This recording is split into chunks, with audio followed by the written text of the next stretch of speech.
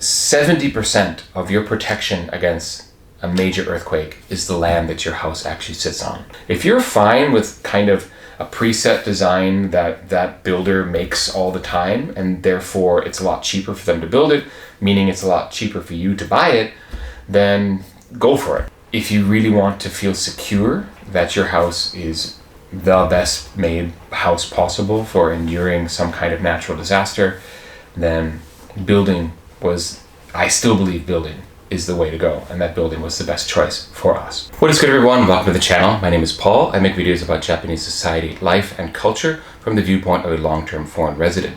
I've been here for 20 years, and today we are having our first rainstorm in a while. It's been very, very dry here this winter, and I'm sitting safe and sound and dry and warm inside my built house, and that's the topic of today's video. If you follow Japan content at all, you probably come across the many Akiya videos about people taking abandoned homes in Japan, buying them for cheap, and then fixing them up. Now, there are certain advantages and disadvantages for that, but that is not the route that we took. We wanted to build our house, and so that's what I'm going to talk about, and I don't think there's a lot of videos out there on the process of building a house in Japan. This is not about Akiya. So this is a very big topic, and I believe the best way to handle it is to divide it into 3 different parts. This part 1 is going to be about finding land and finding a builder. Part 2 will be about the design process, which was very long and involved, but it's one of the benefits you get about building your house is you really get to choose everything all along the process. And then finally, part 3 will be about the building of the house itself. The breaking of the ground, the building of the structure, the finishing touches, all of that. So that will be the 3 parts of this series. And be sure to hit the subscribe button so that you can be notified of when those other parts come out, if this is of interest to you.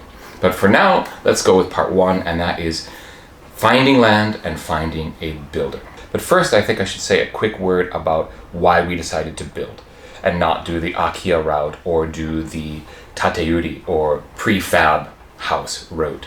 So we decided to build mostly because we lived here during the March 11th earthquake in Tohoku, and we watched Akiya and old homes that people were living in, they weren't abandoned, collapse in that earthquake. So if you decide to go the Akiya route, you really probably want to think about how to earthquake-proof your home or increase the structural integrity of the place if you're really going to live there over time. We just didn't want to deal with that. We wanted to have a house that was newly built, that would be built to current earthquake expectations, or actually beyond that. We wanted our house to be really structurally sound in the case of a really large earthquake. All right, so one other way we thought about getting a house here in Japan was the tateuri, or the prefab house route, where you can actually go into the house, you can tour it, you can check everything out, and they're usually less expensive than going through a whole building process, including buying the land.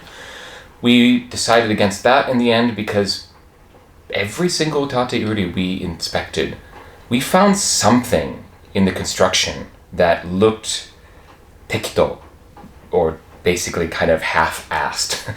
And we thought, okay, if there are these tekito areas in the house that we can see, and it's not even lived in yet, it's a brand new house, imagine what is hiding behind the walls that the workers kind of dialed in the parts of the house that you can't see. So we were basically unimpressed with the construction level of the places that we looked at. And now you might think, well, Japan is a very, serious country about quality and quality control. But in the building industry, you can definitely find people cutting corners. You can definitely find people taking shortcuts, not putting in the actual work to make the house the way it's supposed to be. So in the end, we decided we got to go the building route. Now you might wonder, how can we monitor what the workers are doing even if we're building? Like, we can't be there every day, all day, etc., watching how the carpenters build, etc. I will get into that issue. We did do something to handle that, and I will talk about that in part 3, ways that you can keep tabs on how your house is being built. But that's not for this video today. Today, we are getting ahead of ourselves. Let's actually go back to the beginning, which is finding land and finding a builder. The way we did this was we went through the process basically at the same time, because we didn't want to choose a builder but then not have any place to build. We would have been in a limbo in that case. And if we got land picked out a little bit early, that would have been fine, and we could just get the builder and have them come and inspect the land, and then we could move forward from there. So we did them both simultaneously. We looked all over the place. We were living in Hayama at that time, which is a small town just south of Yokohama. And so we looked in Hayama, we looked down south. We actually went as far down into Miura, which is the town at the end of the peninsula here. And we looked all over Yokohama. We went west into places like Kamakura and Ofuna to see if there was any land available that we liked. And in the end, we decided on our neighborhood in Yokohama because it was largely a growing neighborhood with a lot of new families. And we had a child who was 5 or 6 years old at the time. And so we wanted them to be definitely a part of a community that has other children in the neighborhood that they could get together and play with and go to school with, etc. So things that we particularly considered when we were looking at land was the location in terms of closeness to a river or to the ocean or any place with water, because we didn't want to expose ourselves to a possible tsunami. Again, we lived through the 2011 earthquake. We saw the horrors that happened up in Tohoku, and we wanted to be sure that we were safe. So we are well away from any kind of river or the ocean. And also we were careful to look for areas that had once been ponds or had like a small lake that could have been filled in. And sometimes just looking at a map, you'll see that a place will have the kanji character for ike or pond, but there's no pond there. It usually means there was a pond there and you might want to look elsewhere. That is because landfill ultimately is less stable in an earthquake. If it's man-made landfill, it's going to move more than strong bedrock that has been for a millennia. Of course, we did all the usual things that parents will do, which is where is the local school going to be? Where is shopping going to be? How convenient is it going to be for transportation, for me to commute to work, for example? And so all of those normal things that you want to consider for your life. So of course we looked at all of that. In the meantime, we were looking for a builder. We went to a housing company that specialized in bringing in builders that you could meet, and basically we sat in a little cubby booth and 3 or 4 or 5 different building companies, their representatives showed up and they showed us the type of houses that they build and like what kind of style they do and the general price range that you might be expecting, etc. We also went to housing parks. We went to a housing park in Minato Mirai area. We went to a housing park down in Yokosuka, which is a city just south of Yokohama. We went to a couple of prefab homes that were built by a builder that were just like a display house. And they weren't in part of a housing park, but they were just kind of part of what looked like a normal neighborhood, but it was not a house that people live in. It's a show house for the builder. And we did this so that we could check and see the style of the house, the general prices we could probably expect.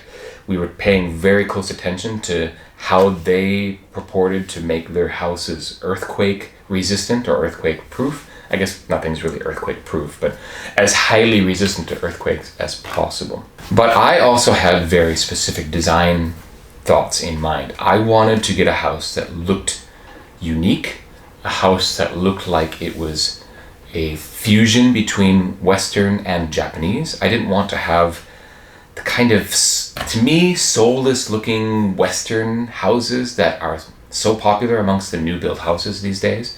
I wanted something that looked more Japanese in aesthetic. And so that did limit us in a sense for what kind of builder we could go with, because most of the builders don't specialize in really Japanese looking houses.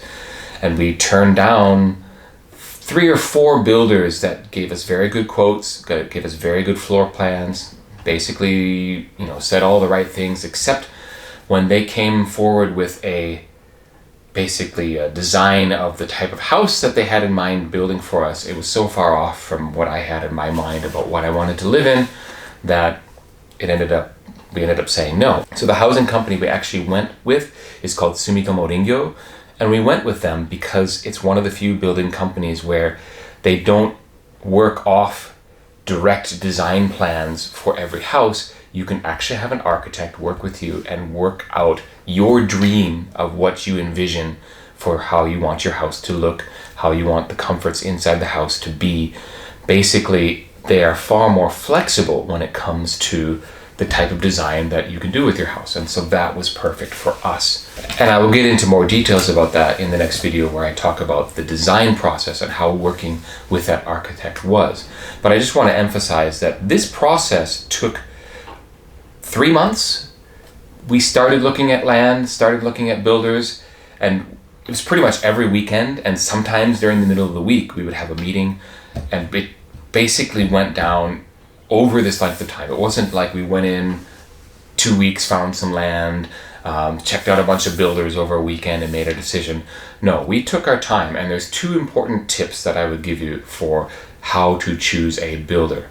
The first tip is, I recommend actually looking for house builders close to the end of the fiscal year. We started our process in January, and that meant that we're pretty much deciding the builder in February, March, and that's close to the end of the fiscal year in Japan, meaning they're trying to make some final sales to get their final year numbers to a really good place. So the sales people are kind of pushing hard, and they're going to maybe throw in a few more freebies, throw in a few deals, because they want you to sign on that dotted line before the end of March. The second major tip I would give you is pit the builders against each other. Don't seem to favor one over another. We had 3 that we were kind of playing off each other. Like, well, okay, this company offered this and this company offered that, and we're thinking about signing with them while we're talking to this company here. And so they would try to throw in a little extra and push other things. And so use your bargaining power as much as you can. Don't just sit there and accept what they tell you is how it's done. You can haggle, you can bargain, you can finagle and pit builders against each other, and I highly recommend that you do that. We actually sat down and we were saying, we're signing with this company today, and the other company swooped in and they're like, look, okay, you're signing with them today, but please look at this final plan that we've made up. We're going to give you this giant free space, like your house will be this much bigger, and it'll be the same price we quoted before. And that can happen. Basically, it comes down to playing your cards right, playing the builders against each other, and try to get the best deal possible. Don't necessarily settle for what they're saying is the best you can do, because you can probably push a little bit more. And that's essentially what happened. Round about March, we signed with Sumitomo Ringyo, and from that point on, we started with the design process.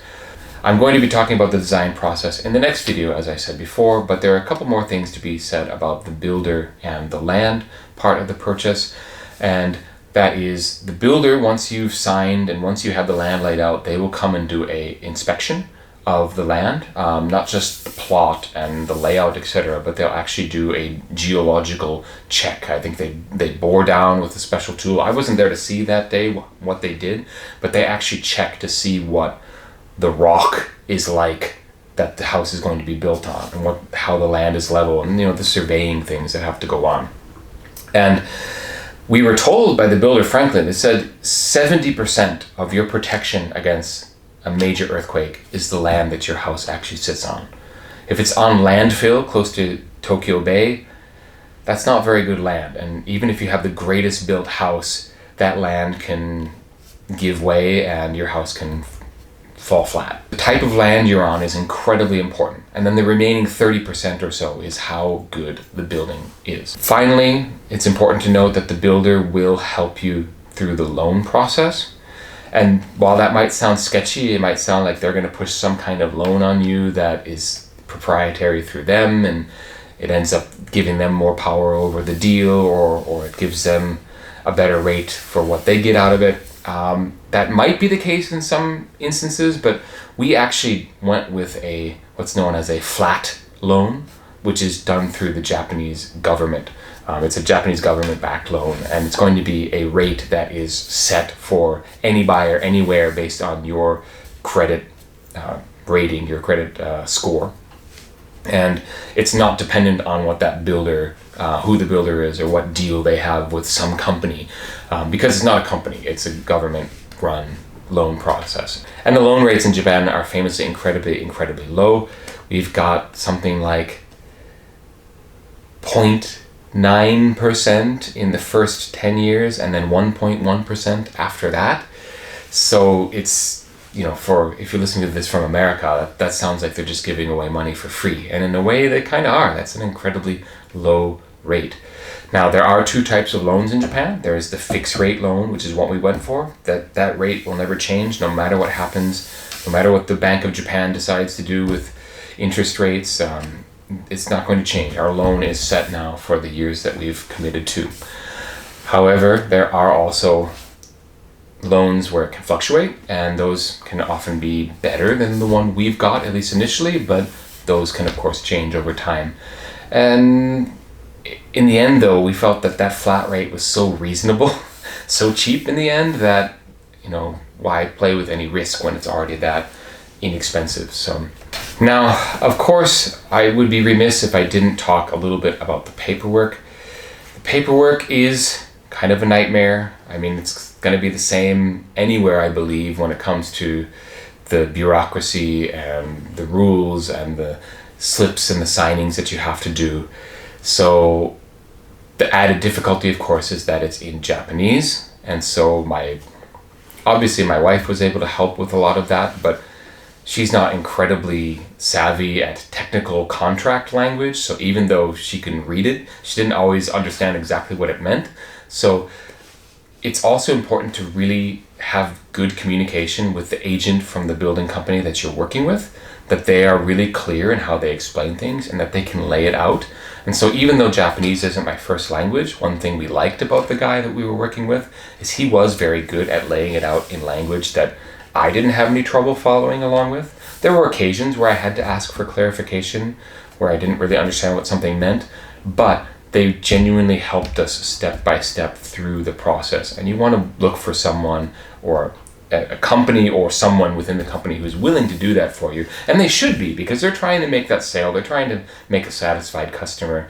They're trying to make sure that you will stop and say, well, yeah, I would recommend this company to anyone else who wants to build. And I'll tell you right now, I'm not sponsored or anything at all, but I would trust Sumitomo Rengyo to make a house for a friend of mine. So if you're looking for a building company and that's one of the companies you're considering, it might not be a bad idea to choose them. We chose them and have been very happy with the product that we got, which means that what I'm talking about in the next video, design, and then the third video about the actual building process, we felt that all three parts of this process went very well with this company. So Sumitomo Rengyo would be recommended.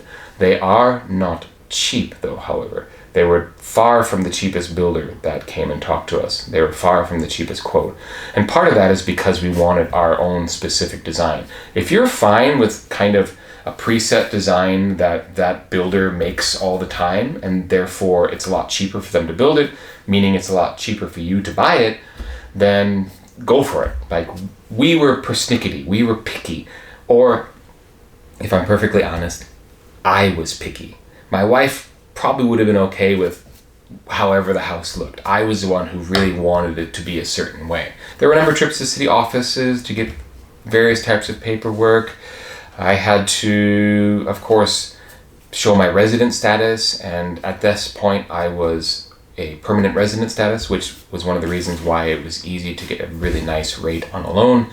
You'll find that if you're building a home or getting any kind of loan in Japan in general, you will get a much better interest rate as a permanent resident than if you have only been here a few years and you're on some kind of work visa or even a spousal visa. So a lot of my memories of that time, and I wish I had been doing my YouTube channel back at that time, because this would have been great YouTube content, but my memories back of that time is kind of putting the kid in the play area of the model home or of the land seller's office where they would play with the little toys that were available for all the kids. And we would drink poor instant coffee and hash out the details of price and loan and basically going over mounds and mounds of paperwork. So it's kind of fun looking at the land and checking out a neighborhood. It's fun going through those model homes. and seeing like all of the options and all the cool things that this house maker is able to provide in the building of your home. It was fun going over the deals with the actual housing agent, like, okay, if we get this option, can you throw in this option? And that kind of haggling thing is fun for me. And my wife kind of left me to it because it's not a strong suit of many Japanese to bargain, because it's not really a bargain culture. Usually the price you see is the price you get, except with big ticket items like automobiles and with houses, of course. So she was satisfied with letting me do that sort of thing. And that was fun because I enjoy it. But if you don't like haggling, then I don't know, find someone who's good at it, like a friend or something, I don't know. But I recommend that you try, because you will be able to get certain things. So in a nutshell, very quickly, fast review. Pit builders against each other, be willing to haggle, have the land kind of lined up for when you're choosing your builder. Choose your builder at the end of the fiscal year, because you'll probably get better deals out of that, because they want you to sign on the dotted line before the deadline of the tax year. And if you're deciding that you are cool with pretty much any kind of prefab design that they're going to build, you'll save some money that way. But if you want to get your own dream of how you want your house to look, you're probably going to end up paying more money for that. There will be different levels of earthquake protection, but remember that the land is 70% of the story and the house is 30%. But you still want to have a nice house on that land, honestly speaking. So 30% is not nothing. And most of all, just be ready to deal with the paperwork process. But remember, there are a number of fun things along the way. As I mentioned, I enjoyed traveling around and seeing different parts of Yokohama, for instance, and going all the way down to Miura, which we never really seriously considered all the way down there, but it was still cool to see that cute little fishing community. If you really want to feel secure that your house is the best made house possible for enduring some kind of natural disaster, then I still believe building is the way to go, and that building was the best choice for us. So if you have questions about this part of the process, please put them in the comments below. And if you have things that you want to see about the design process and the building process when it comes to the next two videos that I make, please mention that in the comments as well. And once those are made, I will link that in the description of this video below. So if you're here watching this video several months from when I made this, then you can probably find a link down there for version 2. But I still ask you to subscribe and watch my other Japan content as well. I do these midweek videos, which are practical things for living in Japan, and then my weekend video is where I talk about some kind of issue, idea, my thoughts about Japanese society and culture. Okay, thank you very much for watching this particular midweek video. I hope you enjoyed it. I hope you got something out of it, some food for thought. And again, questions below if you'd like. Hit the like button if you genuinely enjoyed this, got something out of it. Share it with someone you know who might be thinking about living in Japan or trying to own a house in Japan. But either way, I thank you so much for watching this video and hope to catch you on the next one. Peace.